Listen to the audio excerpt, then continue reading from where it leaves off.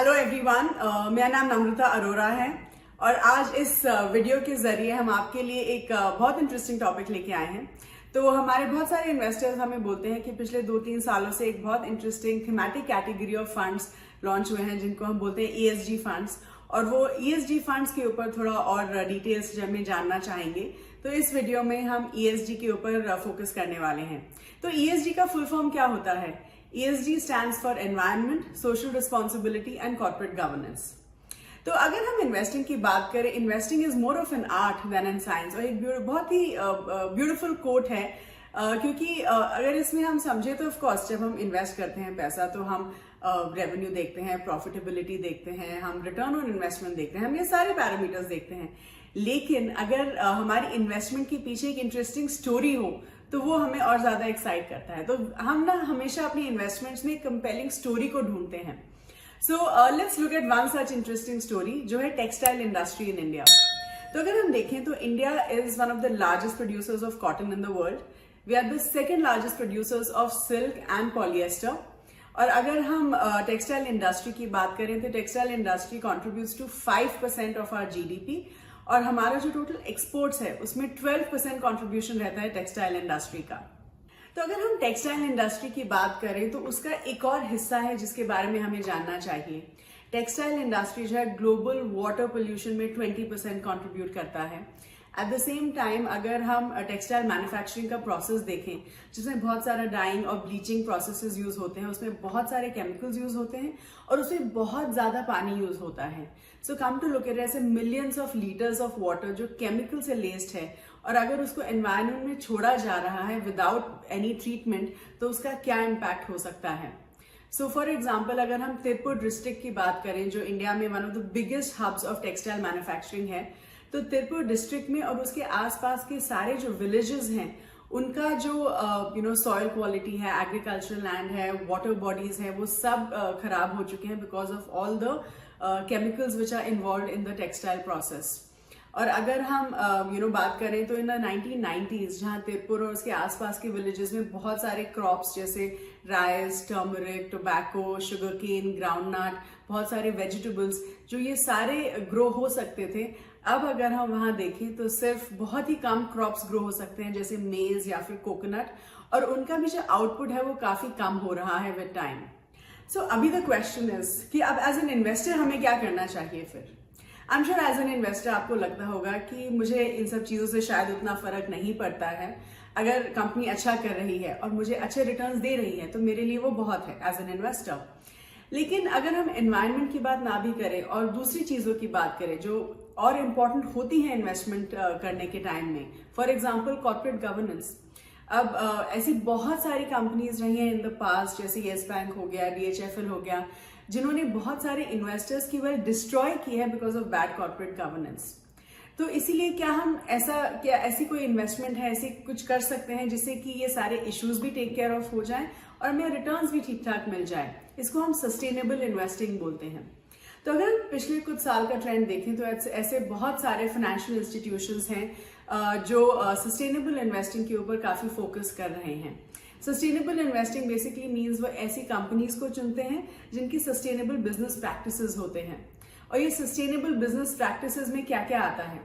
एक तो ऐसी कंपनीज जो एनवायरनमेंट के ऊपर फोकस करते हैं, ऐसी कंपनीज जो सोशल रिस्पॉन्सिबिलिटी के ऊपर फोकस करते हैं और उनका बहुत अच्छा कॉर्पोरेट गवर्नेंस रहता है। And this theme of investing is called ESG theme. तो अगर हम इंडिया की बात करें तो सेक्टर्स लाइक BFSI या फिर IT सेक्टर का जो ESG स्कोर होता है वो generally it's on the higher side. तो if you look at the table on the screen, Nifty 100 ESG index, इसमें जो 29% एक्सपोजर है वो फाइनेंशियल सर्विसेज का है और 22% एक्सपोजर IT सेक्टर का है। और ये जो आप डेटा देख रहे हैं एज ऑफ 28 Feb 2022। तो अब ये देख लेते हैं कि ESG थीम में इन्वेस्ट करने का हमें बेनिफिट क्या होगा। तो अगर हम देखें तो करीब 3000 फाइनेंशियल इंस्टीट्यूशंस ग्लोबली ने कमिट किया है कि वो सस्टेनेबल इन्वेस्टिंग के ऊपर फोकस करने वाले हैं। And at the same time अगर हम ग्लोबल AUM देखें तो उसका 25% कॉन्ट्रीब्यूशन अभी ESG की तरफ से आ रहा है, और ये एंटिसिपेशन है कि ये जो कॉन्ट्रीब्यूशन है 30% तक जाएगा by 2030। So come to look at it, अगर इतने बड़े बड़े portfolio managers, sovereign funds, pension funds अगर ESG थीम पे फोकस कर रहे हैं, अगर सस्टेनेबल इन्वेस्टिंग पे फोकस कर रहे हैं, तो उसका डायरेक्ट इम्पैक्ट स्टॉक मार्केट पर भी होने वाला है। And I think for a retail investor ये एक बहुत अच्छा मोटिवेशन है in itself to look at such stocks. I think दूसरा जो बड़ा बेनिफिट है वो है lower cost of capital for ESG compliant companies.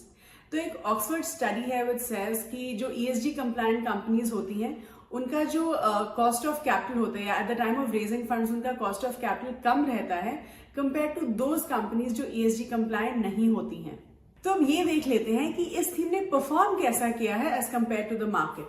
तो हम जो है दो इंडिसेस का परफॉर्मेंस कंपेयर करने वाले हैं, एक है MSCI India ESG leaders index और दूसरा है MSCI इंडिया इंडेक्स। तो एज यू कैन सी, अगर आपने 100 रुपया इन्वेस्ट किया होता एट द बिगिनिंग ऑफ 2012, तो 10 सालों में, which means by the end of 2021, as you can see जो MSCI ESG इंडेक्स है उसने hands down MSCI India index को बीट किया है। तो अगर हम CAGR की बात करें तो ESG इंडेक्स का जो CAGR है वो है क्लोज टू 13.21% और जो ESG और जो MSCI इंडिया इंडेक्स का CAGR है वो है करीब 10.86%। So now the question is, as an investor मैं कैसे ESG कंप्लायंट कंपनीज को आइडेंटिफाई कर सकती हूँ, राइट? सो इसके लिए आप दो चीजें कर सकते हैं। एक तो बहुत सारी एजेंसीज होती हैं जो हर कंपनी को एक ESG स्कोर देती हैं और वो ESG पैरामीटर्स के बेसिस पे उन कंपनीज को असेस करती हैं। तो अगर मान लीजिए they are assessing a company on a scale of 100, तो 100 अगर स्कोर आया तो मतलब कि वो कंपनी सबसे ज्यादा ESG कंप्लायंट है। So for example in India CRISIL ने करीब 225 कंपनीज का ESG स्कोर लॉन्च किया है और बहुत सारी अलग अलग एजेंसीज भी हैं जो ESG स्कोर देती हैं कंपनीज का। So you could look at those companies.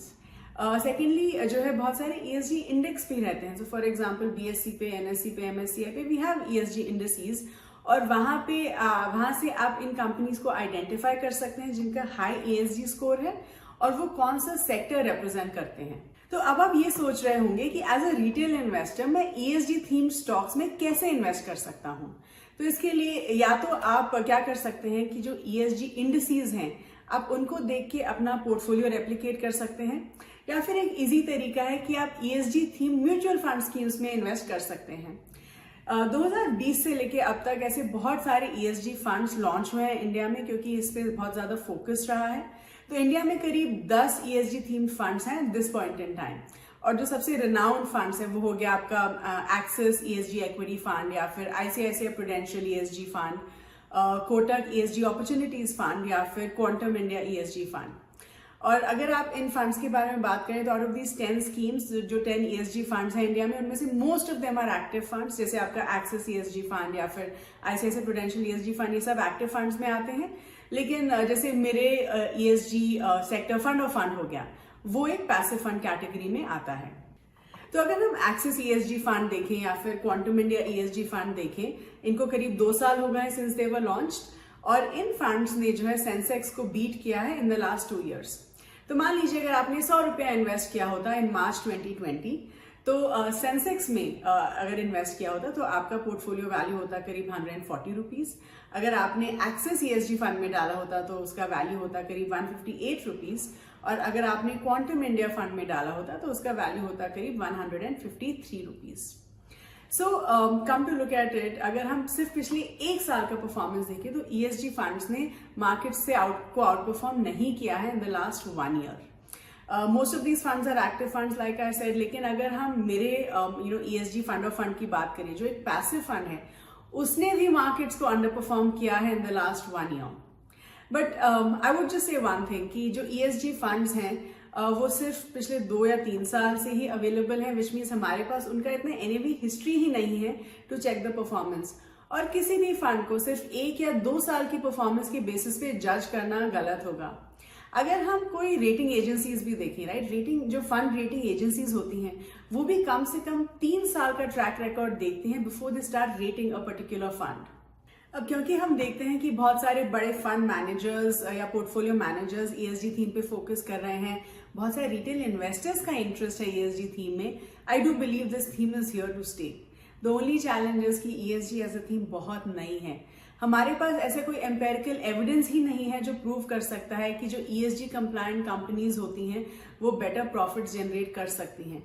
ऐसा भी हो सकता है कि शायद high profit generating companies sustainability के ऊपर ज्यादा फोकस करती हैं, या फिर they are able to spend more money on sustainability. ऐसा भी हो सकता है।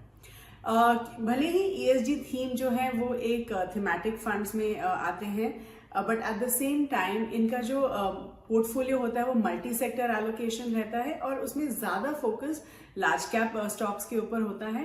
तो अगर आपको ESG थीम फंड्स में इन्वेस्ट करना है, आप इसको अपने कोर पोर्टफोलियो का हिस्सा बना सकते हैं। But I would still say कि इसकी थोड़ी परफॉर्मेंस और देखना जरूरी होगा before we start judging this particular theme. So I hope you like this video. हमने बहुत कोशिश की है कि हम ये वीडियो के जरिए आपको ESG के बारे में बता पाएं।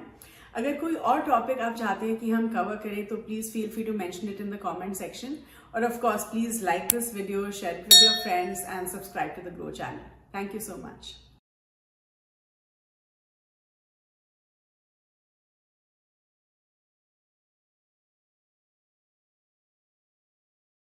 Investment in securities market are subject to market risks. Read all the related documents carefully before investing. Please read the risk disclosure documents carefully before investing in equity shares, derivatives, mutual fund, and or other instruments traded on the stock exchanges.